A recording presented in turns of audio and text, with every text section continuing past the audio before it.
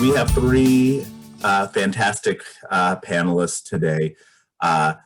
Many of you know Ross WIlburn, who is our newly elected chair of the Iowa Democratic Party. Laura Hubka is a veteran herself, but both are veterans. Laura is also a veteran who is the county party chair, and Harry Rossander is a veterans service officer, and has some great insights at the county level. So what we want to do is we want to give each one of them an opportunity to kind of speak about where they're at, what they can kind of bring to a conversation about rural veterans issues, and we thought we'd start out with Representative WIlburn, who is an elected member to the Iowa House. He is chair of the Iowa Democratic Party as of just this last month, so he's making a lot of rounds to meet folks. He served in the National Guard and has a master's in social work and was mayor of Iowa City. His concerns as a legislator include veterans affairs and reforming mental health care, and we would love for Representative WIlburn to give us a little update about what's going on in the legislature right now related to veterans, and certainly anything that you felt was appropriate or you felt you had information about coming from a federal level as well. So with that, I'm going to just turn it over to Ross, and I'll give you a little wave when I think we're getting close to about 1 minute, and then we can start some questions. If you have questions, please go ahead and put them in the chat. And with that, I give you Ross WIlburn. Great, thanks Glenn, thanks everybody, and thank you Amber and Susan. Thank you for your work today. Always appreciate your helping make these accessible. So I am State Representative Ross WIlburn, and I serve and represent Ames, Iowa. All of my district is within Ames. This is my second term in the district, and I am on the Veterans Affairs Committee for the House of Representatives. But this is my first time on the committee, and I happen to be the ranking member. I'm probably the ranking member for the Democrats. I'm guessing, I don't know this for a fact, but I think the Representative Pritchard put me on there as ranking member because I'm the only Democrat on the committee who served. Several of them have family members and friends who have served and served proudly, and so it's good to be there. One bill in particular that is made its way through the Veterans Affairs Committee is House File 307, and that has to do with an appropriation and allocates money to the Veterans Affairs Fund, and it will increase the annual appropriation from $1 million to $1.3 million. The intent of that extra $300,000 is $3,000 from the fund that's going to go to the County Commission of Veterans Affairs for national training and other expenses for the veterans service officers. So that'll be $3,000 for each county, and that will assist the officers to get trained and make sure that they're aware of resources and how veterans can apply for certain funds and to make sure that they're eligible. I thought there was an email that said we were supposed to share some story, but I'll hold off on that unless you want me to do that now, Glenn. Oh yeah, you got to share stories. This is informal. Okay, and this is one that I can tell in public. So I was never deployed. I ETS'd. I finished my term in the Guard before Desert Storm 1, but my brother served. I've got family members that currently serve in the military. Actually, one just my grandniece just finished in the I think she's in the Navy. But service in my family has gone back many years. In fact, my great-great-grandfather served in what was then called the Colored Troops in the Civil War. And in fact, I've got a picture of him that I will show right. That's him, Harrison Tilford Gash. And he was, his name is actually on the Civil War monument to, it's now renamed to the African American service members monument. So if you get out to Washington, D.C., I encourage you to do that. But the quick story, I was not deployed, but when I was at my 2-week training one summer, one of my last summers up in Minnesota, there was an issue with bears up there. And they had the pup tents back then, so it's the ones that you button together, and if you touch the sides, they lose their waterproofness. But there had been bears all over the place, and some guys were clowning around about 3 o'clock in the morning, and one of them kicked me at the side of my tent to hit me in the face. And I'm told I sat up and started punching my way and said, "Oh, expletive, a bear."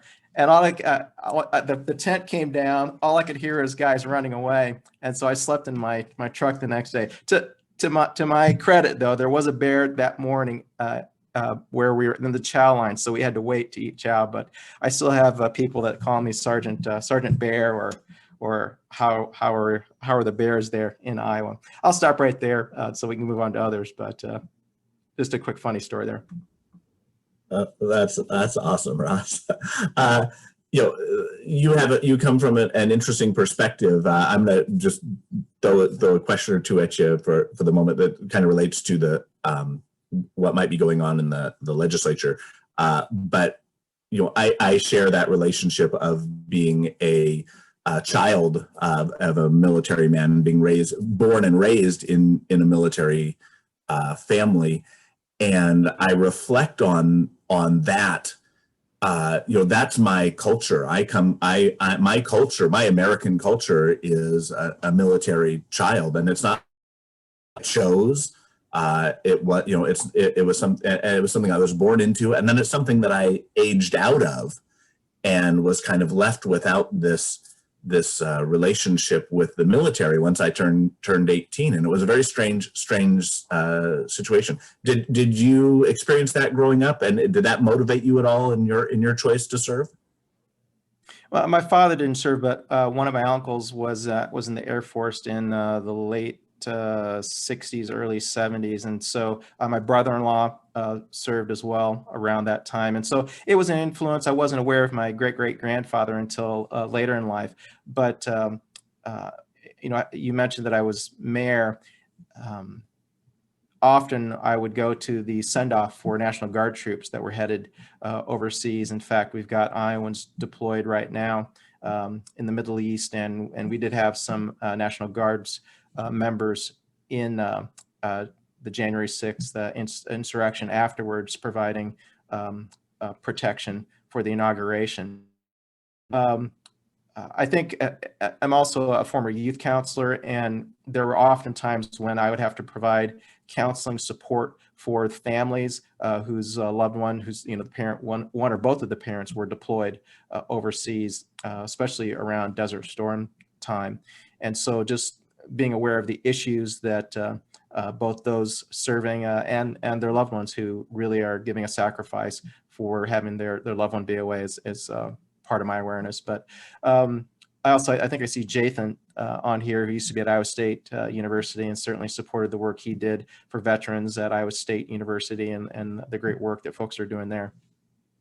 There's a question about the requirements to be 100% service connected to receive the property tax credit in Iowa, which kind of goes back to that being a veteran is about your family, and veterans benefits kind of extend across the lines to families at times. Is there any movement that you're aware of in the House or the Senate to extend that credit like it's done in other states?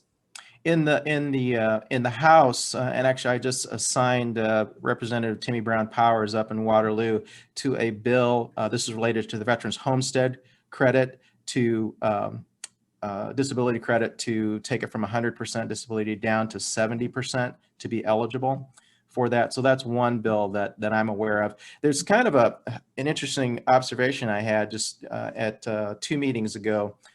A lot of, whether it's mental health or other supports that require funding, the Veterans Affairs Committee is not an appropriations committee. And it's practice to primarily discuss policy in those standing committees and funding for the appropriations subcommittee and the main appropriations committee. And so that bill that I just mentioned about the $300,000 going $3,000 per county for the veterans service officers, it was a moment where it's like, well, can we be discussing appropriations in here? And I mentioned to all of the members, Democrat and Republican, that because there's no appropriations committee dedicated to veterans issues, I said it's important for each of us on the other committees, those appropriation committees, to mention, for example, when mental health care comes up, let's be talking about how we can get support for veterans.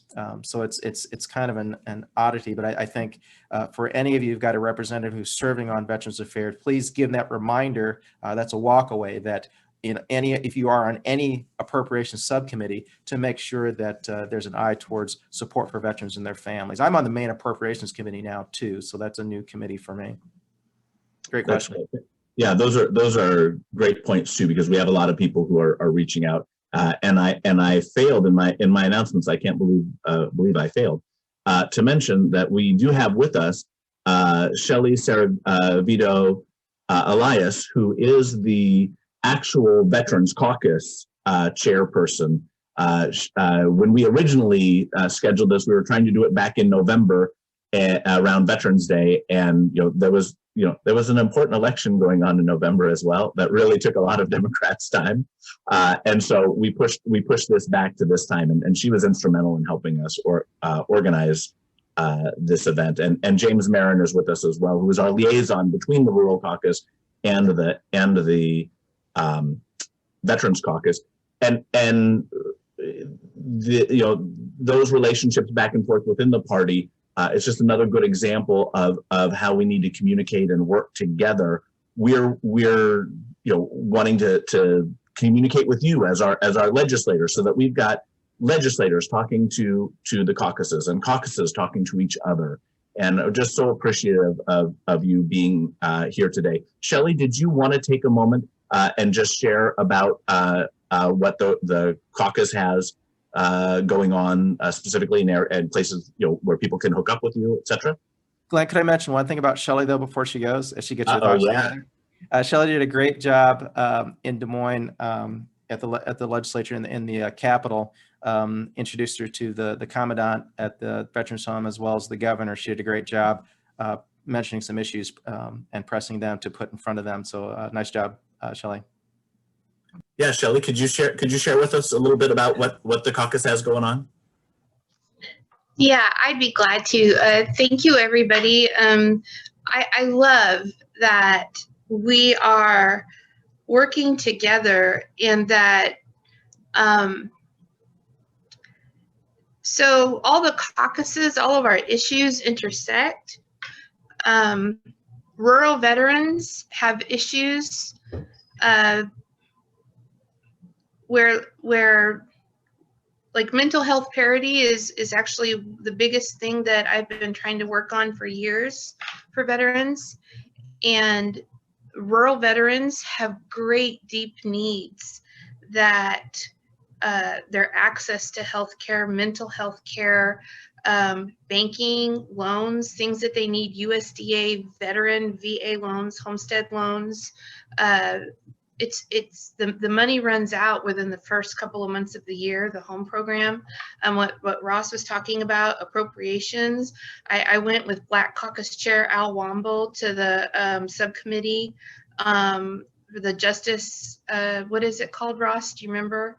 Justice systems appropriation. Yeah. So veterans, we don't actually even get appropriated any money in that whole entire budget. We got a paragraph and no money attached to it. And then all the Democrats that were trying to attend that meeting via Zoom, if you didn't attend that meeting in person, let me be clear.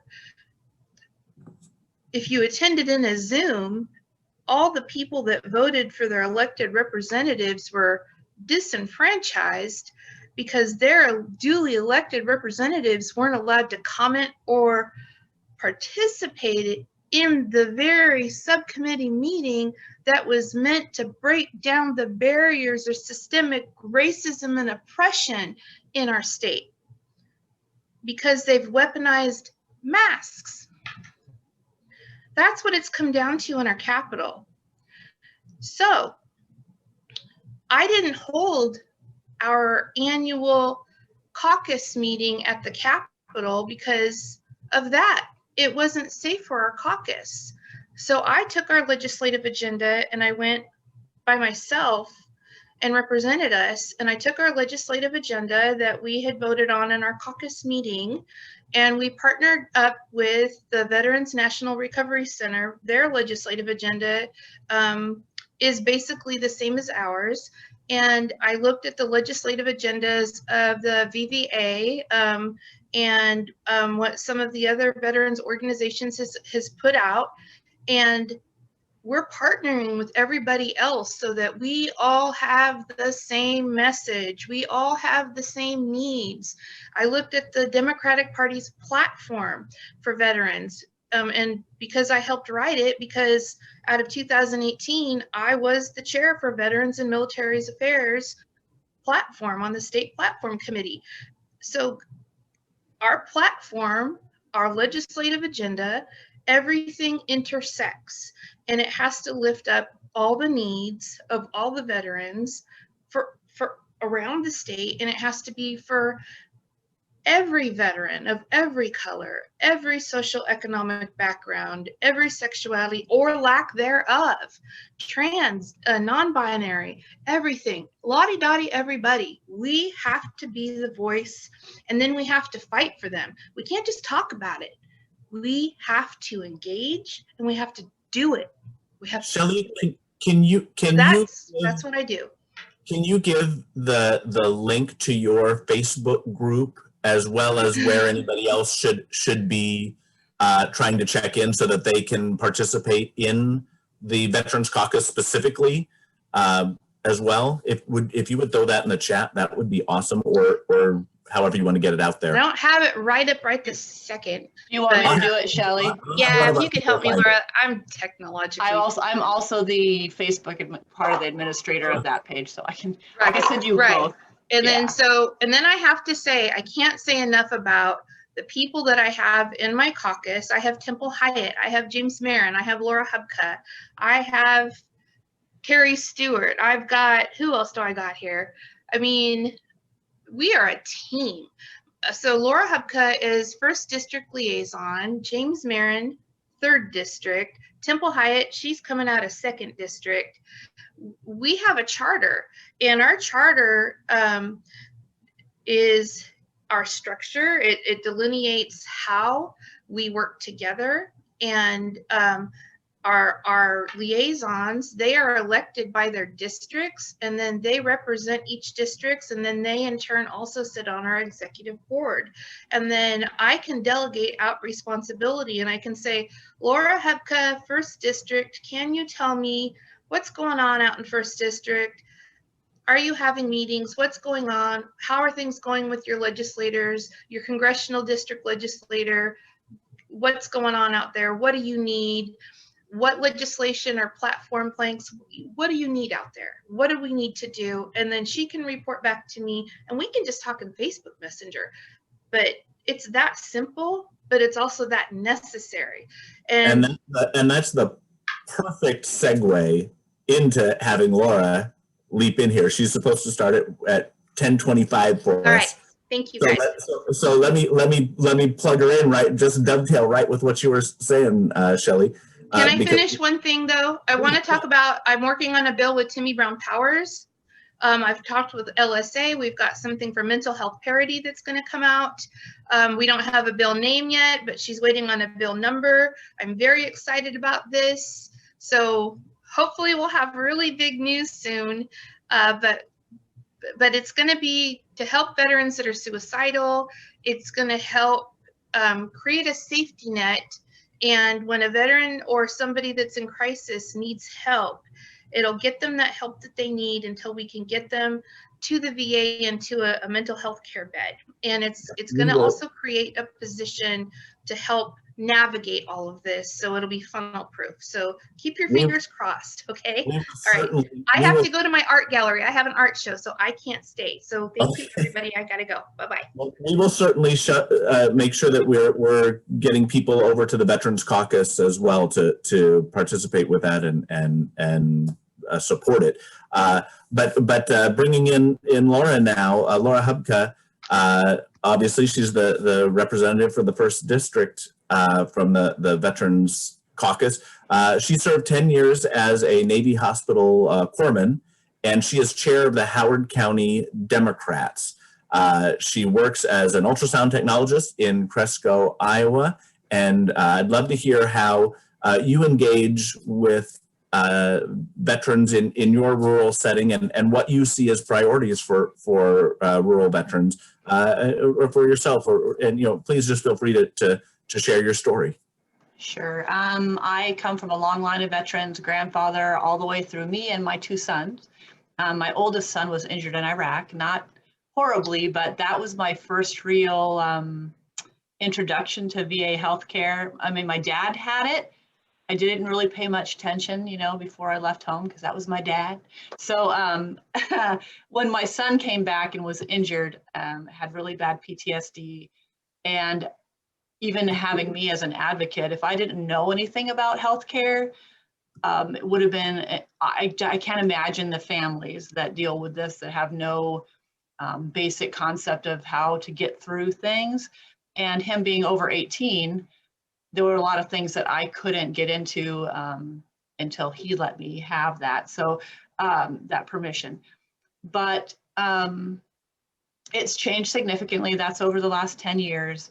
Some things have gotten a little bit better. I will say that some of the programs that were like VA Choice and all of these things that are introduced many times start out as a great idea that often falls flat, either through funding, like Shelly was talking about. These bills get introduced that have no real funding tag to them, or the funding that was going to some of the programs that we had. If all that money wasn't used up, it would go back to the general fund and not stay within there, like that homeowners credits and things. So I know they're working on that now to help that. But healthcare right now, when just from my own purview, when the veterans come in for healthcare, they have Veterans Choice, they give us a call, we schedule them. I've complained over and over again, when they fax us an order for something, they send us half of a VA person's healthcare jacket. So I'm seeing why they're being discharged, what their mental status is, what meds they're on. Many times when I get those orders, I'll take the order.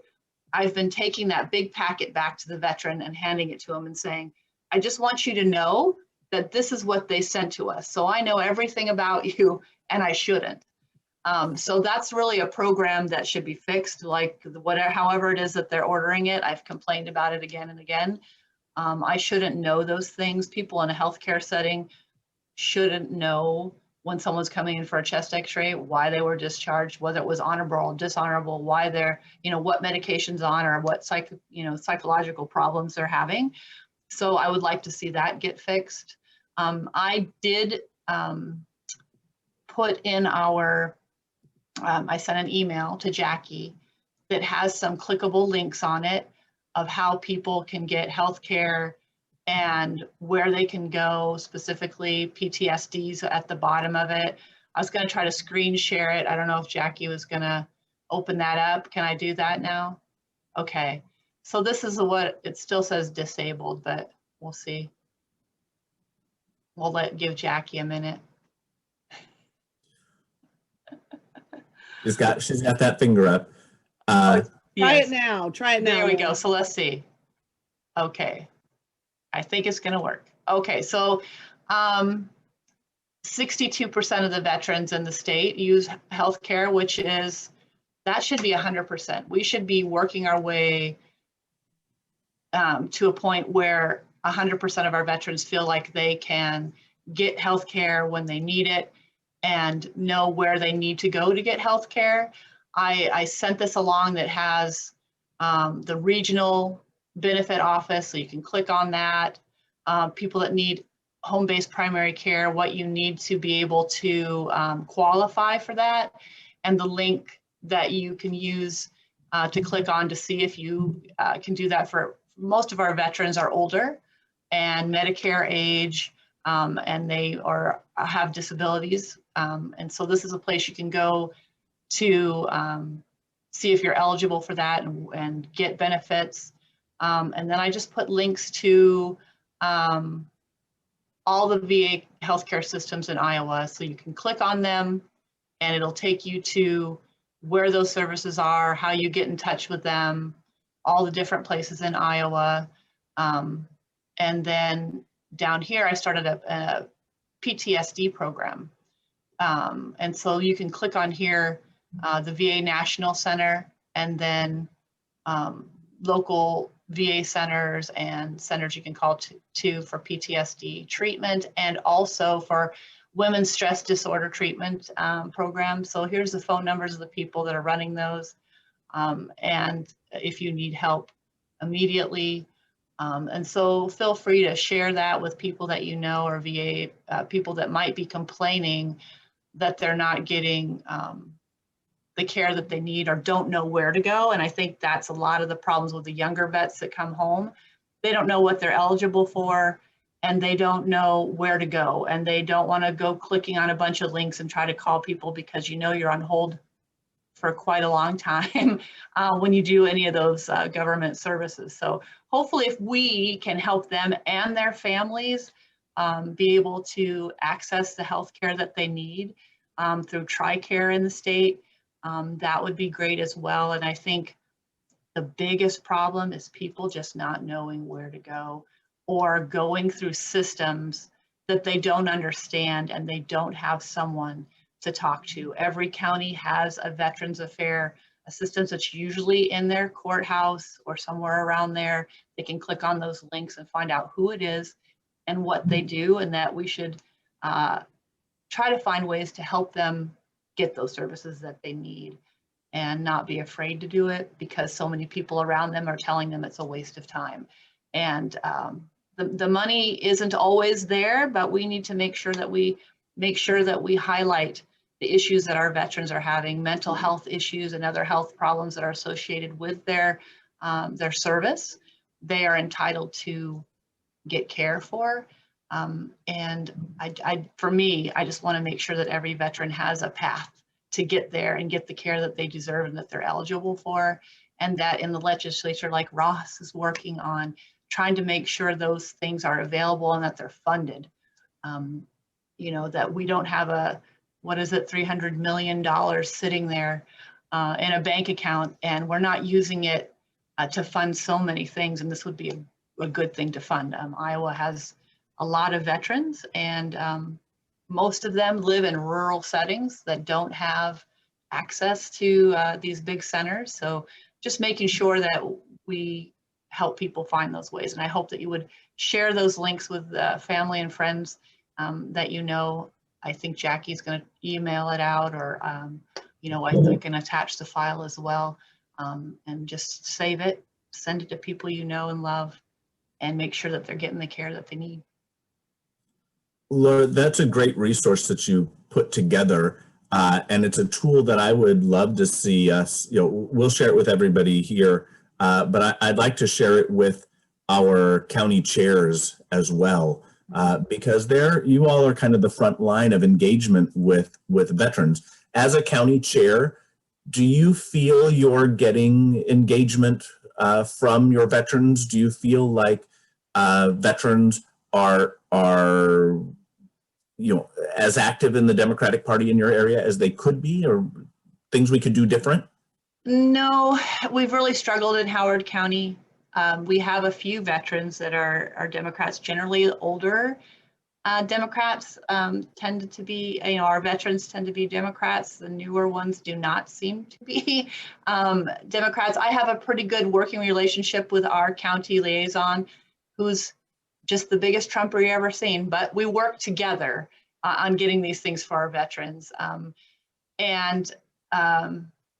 I mean, that's always kind of been an issue. We don't have a whole lot of active veterans within the Democratic Party that are willing to go to a Democratic meeting. So I generally tend to talk to veterans kind of outside of my purview as a county chair, as a Democrat, even though everyone knows in town that I'm the Democratic chair. I do still have a really good relationship with, you know, kind of outside of that position with veterans, and making sure that they've, you know, are getting the resources that they need. Yeah, I appreciate that. I think there was an issue that came up about gun violence and Second Amendment, and I think that our military personnel are acutely aware of the risks associated with firearms, and that it's but also that they're aware that there is such a thing as reasonable gun ownership. And that's an opportunity for us to engage veterans to show that we, as Democrats in Iowa, are not out to take your guns. We just want common sense. And veterans can talk very keenly about common sense gun ownership. Would you agree with that? I agree with that. And many of the people up here, I have my concealed carry. I have weapons. I've grown up with them. But the ammo's here and the gun's here. And I talk openly about that. In fact, I belong to a group called the Well-Armed Progressive, which is a group of progressives that own weapons that are for gun, and we don't call it control, but reform, to make them safer. And then we can all agree that that's something is very important, that we just want to make sure that they're not in the hands of people that are going to hurt someone, and we know that they're going to hurt somebody, or so that's also kind of a meeting point where people understand that I'm not anti-gun, I'm just anti-crazy people with a gun. So right, and I think that engaging our veterans to talk about that issue could be really valuable to demonstrate that Democrats are in your rural communities and that they're reasonable people and just cared about safety, that even Republicans care about. I mean, we all agree that there's some people that probably shouldn't have weapons, and people who have weapons responsibly and intelligently don't want people who shouldn't have weapons to have them in their hands either, no matter what party they are. Right, absolutely. Yeah, well, I just think that there's a huge opportunity for us in the rural setting to engage with our veterans, and our next presenter is front line for that. Harry Rossander, director of the Montgomery County Commission on Veterans Affairs. He is a VA certified veteran service officer through the National Association of County Veteran Service Offices, which I believe that's where the money that Ross was talking about, that extra $300,000, could go to providing additional training for him. Harry is retired from the U.S. Army as Lieutenant Colonel in September of 2005, with more than 24 years of active service. He subsequently worked for the Iowa Department of Human Services and in the area of policy coordination and analysis until he retired in May of 2019. And Harry, you have in common that my father, after 20 years of service as an enlisted man, then became the county service officer for the county that he lives in Nebraska, Cass County, Nebraska. And so I'm pretty aware of what veteran service officers can do. So don't you try to slip anything past us. We'd love to hear how you feel your job could be better, could be I guess how people could take better advantage of their county veteran service and what the challenges are. So with that, I give you all Harry Rossander. Hi everyone. Very glad to be here with you today. Veteran service officers, just kind of give you an idea, and I do want to just a quick segue. I too am a military brat, and I'm a proud military brat. I have had an ID card or a dog tag from day one. And oh, by the way, Vicky's a military brat too. And it's a unique animal, and don't let anybody tell you any different, because you have to go places that you didn't necessarily sign up to go for. You just get to come along for the ride. Right. I'd put my military service up against any other person who chose it any day. Exactly.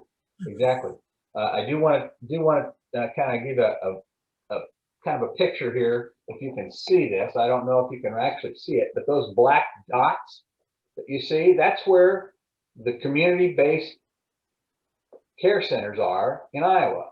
And you'll notice down in Southwest Iowa, there's a huge hole. Okay. Services or the proximity of services is one of our biggest issues. How veterans get to one of these community places.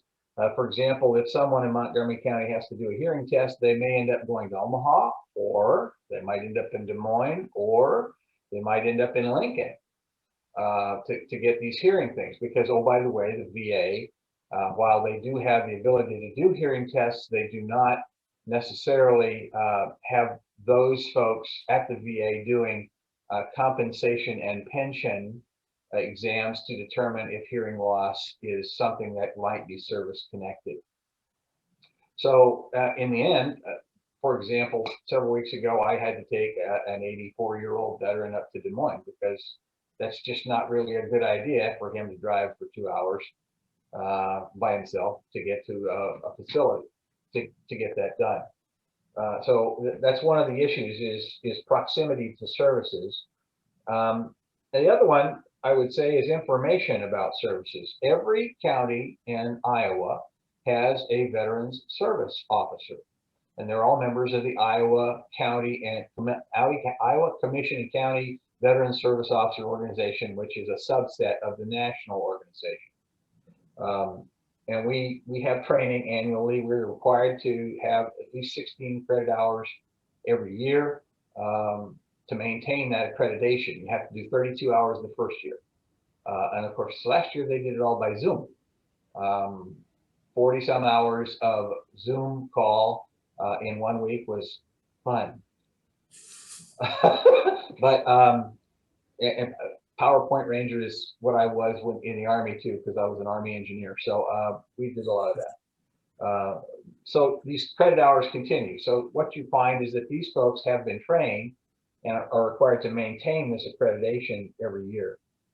One of the things that you guys touched on, outreach. Older veterans in Iowa, especially, it's been my experience, they tend to have a lot of pride and they don't necessarily want to get help. So it's not uncommon for folks to find out or not to have applied for veteran services of any kind. They simply don't want to.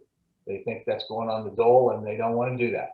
And until you spend considerable time explaining to them that they're entitled to these benefits, that they earned them, that if Uncle Sam uses you and abuses you, you should be able to receive some level of benefit. The younger vets, on the other hand, simply don't care. They're not interested. They don't want anything to do with the military after their service. Thank you very much. Now, again, these are broad generalizations. There are eaches of both age groups that are the exceptions. They're the ones that come in. For example, I've been a service officer for a little over a year. I saw 2 guys under the age of 30 in that year. 2. I've seen a lot of guys a lot older, and the stories are fantastic. Eligibility is also one of those things that can be rather complex. You know, how long is a piece of string? I would tell you that the best thing that any veteran can do is to go visit their county veteran service officer. When people get out of the military these days, they are directed to take their DD-214 or their National Guard Bureau Form 22, their record of service, to their local county recorder and have it recorded. And most veteran service officers work hand in hand with those folks. And those, when they bring that DD-214 or National Guard Bureau Form 22 in, that service record, and in some case World War II guys, they didn't have either. They have an honorable discharge certificate. So you take that and you talk them through. Okay, well, here are the kind of benefits that might be available to you. And a lot of them are very surprised that some of these things are out there and they might be of service. For example, there are disability benefits out there. It's amazing how many people who walk around with a bad hip or a bad knee or a bad back, and it happened while they're in basic training, and they just suck it up. They don't want or just don't want to mess with it. They think it's going to be too hard.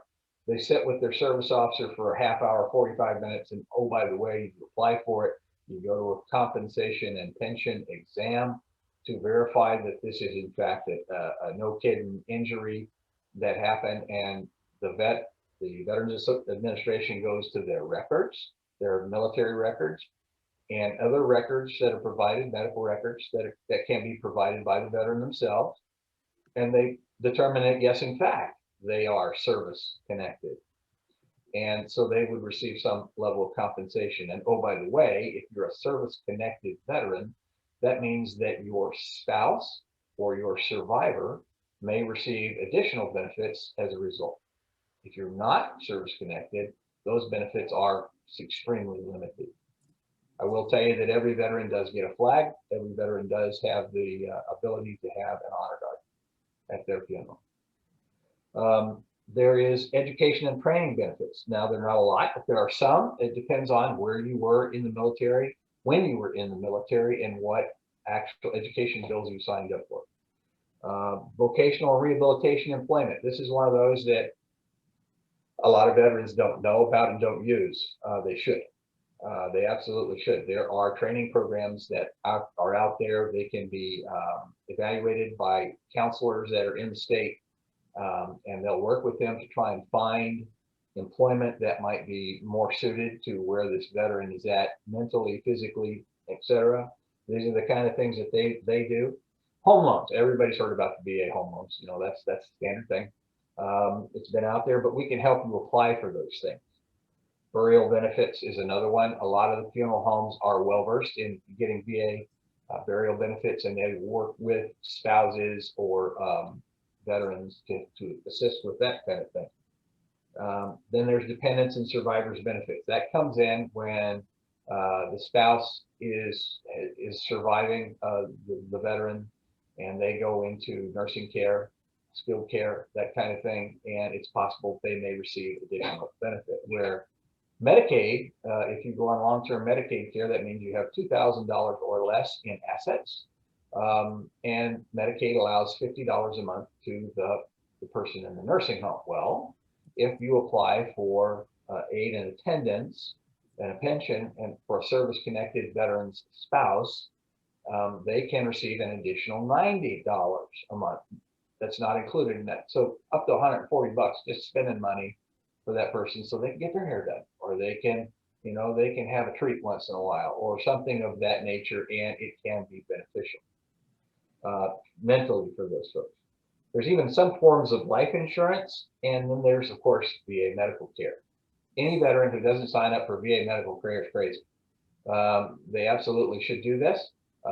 It's amazing what kind of things are out there. It includes some help with prescriptions. Copays are a lot less, that kind of thing. It's a great thing for folks to do, and it should be mandatory, but unfortunately it's not. The thing I would tell you is veteran service officers are also good at helping people get military records, find them. We'll help you fill out the form. It's called the Standard Form 180 that goes to the archive, the Veterans Archive in St. Louis. Now I'm going to tell you the other piece of that puzzle is that that organization has 5,000 to 6,000 requests a day, and they stopped in March. They only recently, about 2 months ago, picked up again. They're at least a year behind. So that takes a while. A lot of counties in Iowa are required, well, all counties in Iowa are required to register the graves of veterans. Most people don't know that, and as a result, veteran service officers can tell you stories about some of their veterans that served because we know where they're buried, literally, and we're required to by law. There's a possibility that people can go to the Iowa Veterans Home, which is a phenomenal facility. And the guy who runs that has been doing exceptional work. I cannot commend him enough. He's really turned a sow's ear into silver. The guy is just super. Veterans lifetime hunting and fishing license, veterans vehicle license plates, getting veteran placed on your Iowa Department of Transportation driver's license can help you when you're walking into Lowe's or to Home Depot or some of these other places where you get a 10% discount if you're a veteran. it's a big deal. And if you are a service-connected veteran, that means you can go to your local base exchange. You can get on base. You have to be able to prove that. So you have a VA card of some kind. And you can go and use that facility. So, I mean, those are the kinds of benefits that are out there. There are others. There are local assistance programs, rent and mortgage sometimes, utilities, food, emergency medical, emergency dental, special needs. There are cases where there are veterans who are indigent in some counties, and most counties have set aside up to $1,000 to help pay for something of that nature if the veteran is indigent. Montgomery County, we don't have too much of that at the moment, thank goodness. So what are your, that's a lot in a very short period of time. Harry, we could have you do a session for an entire hour, and I know we would barely cover the tip of the iceberg of what you can do. I'm gonna ask Ross, who brought up the $1.3 million that's available from the state. Can we do more? Does money come from somewhere else? Do we have federal money that goes to these services? Before you answers that question, okay. let me just tell you what that money is actually used for. If you have a county of less than, I think it's 20,000, maybe 30,000, the county is required to fund a veteran service officer at 20 hours per week, and then minimum. And so there is also an outlet that $5 million, that's $10,000 to a county. What that's used for is for training. It's used for a whole, getting those grave markers, getting some other things, getting equipment, some of those kinds of things that help support the veteran. What the extra 3,000 will do is will actually pay for the training, because you have to, a lot of times you have to, before the era of Zoom, you had to go to Des Moines for training. For example, I go to Des Moines in April, as long as the COVID thing is sorted, and you know, that kind of thing. And I have to say, the VA has done something that the counties are seeming to struggle with. Right. My vaccination card. That was on my question. The VA vaccinated in Shenandoah at a clinic, VA shot clinic, last Wednesday, vaccinated 500 people in one day. Right. Montgomery County receives 100 doses a week in the public health. As one of the old generals I used to work for would say, that dog don't hunt. So military knows how to vaccinate. I'm well aware. I figured you might.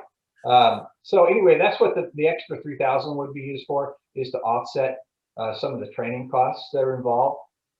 There's a lot. This VA system is crazy intricate.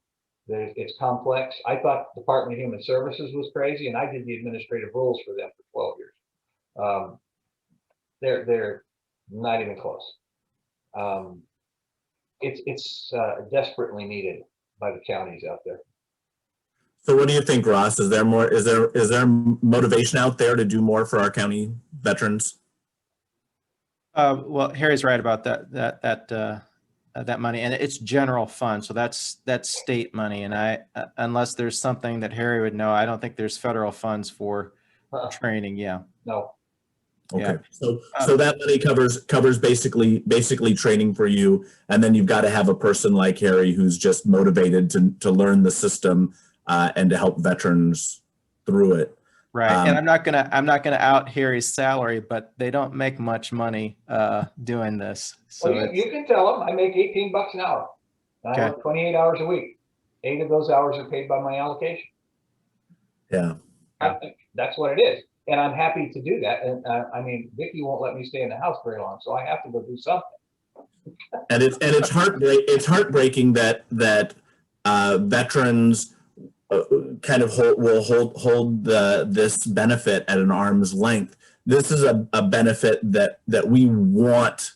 This is our thank you for the service that people who served in our military have done. You have made a lifetime sacrifice. We owe you a lifetime debt for protecting our country.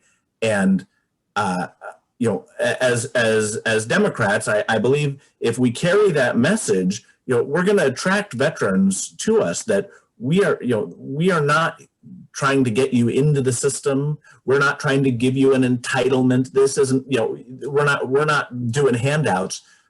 By God, thank you for what you have done for us. And this is simple. And $1.3 million, 1.3, it's nothing. It's nothing in terms of the debt we owe our veterans. So, Harry, thank you so much for. And it takes special people.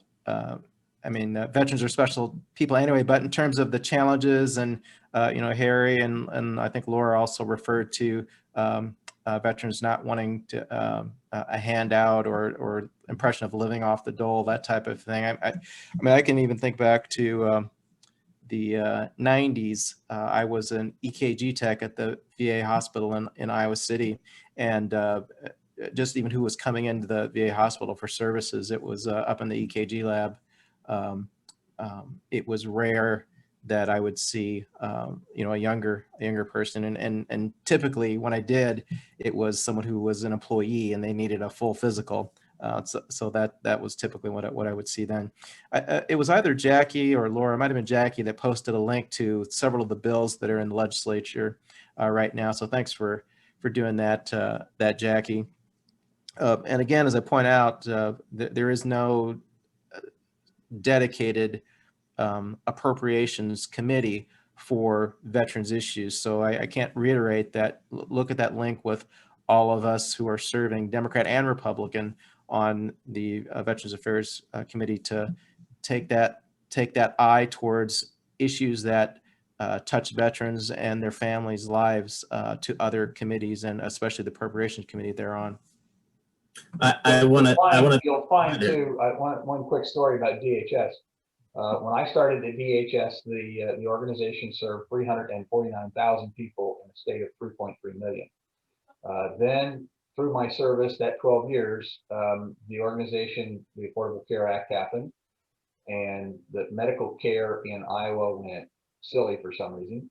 And now that organization serves 649,000 people. And part of that is an exemplar of the reticence of proud Iowa farmers, proud Iowa folks in rural communities who just are afraid of doing that, and we're taught that it's not a good thing to get things from the government. I want to thank everybody for participating. There's so many questions that have come up. Some of them were kind of specific, like, can a family member apply without the veteran knowing? And I'm going to encourage people, Harry's shaking his head no, but I'm going to encourage you to take those types of very specific questions to your county veteran service officer. They're going to love hearing from you. And there's a link on here to find all of those. Please save the chat. Laura, I really appreciated your posting things in the chat. And Vicki as well. And Laura, thank you for your story of your personal time as in the service and with your family. I just feel like we brushed over everybody so quickly in 1 hour, but it's the time we have, and it tells me we should do more. And speaking of doing more, we are going to do more. We have a few forums coming up. The next one is an immigration forum, small towns, new neighbors. March 18th at 6 p.m. It's a Thursday night. We'll be doing a soil and water conservation forum in April, a climate forum in May, and then in June we're partnering with the Black Caucus to do something for Juneteenth in a rural setting. Hopefully we're able to do some face-to-face activity by that time. Again, thank you so much to Ross, to Laura, to Harry. Thank you, Shelly, for chiming in with us. And again, Judy, Jackie, Vicki, and Denise for organizing these events. And thank you to Mauricio from the IDP for helping us with the technical side. Thank you to Susan and Amber for the ASL, there we go. And again, everybody just have a very safe weekend. Stay inside. It's too cold to be out there, all right? Take care, and thank you very much.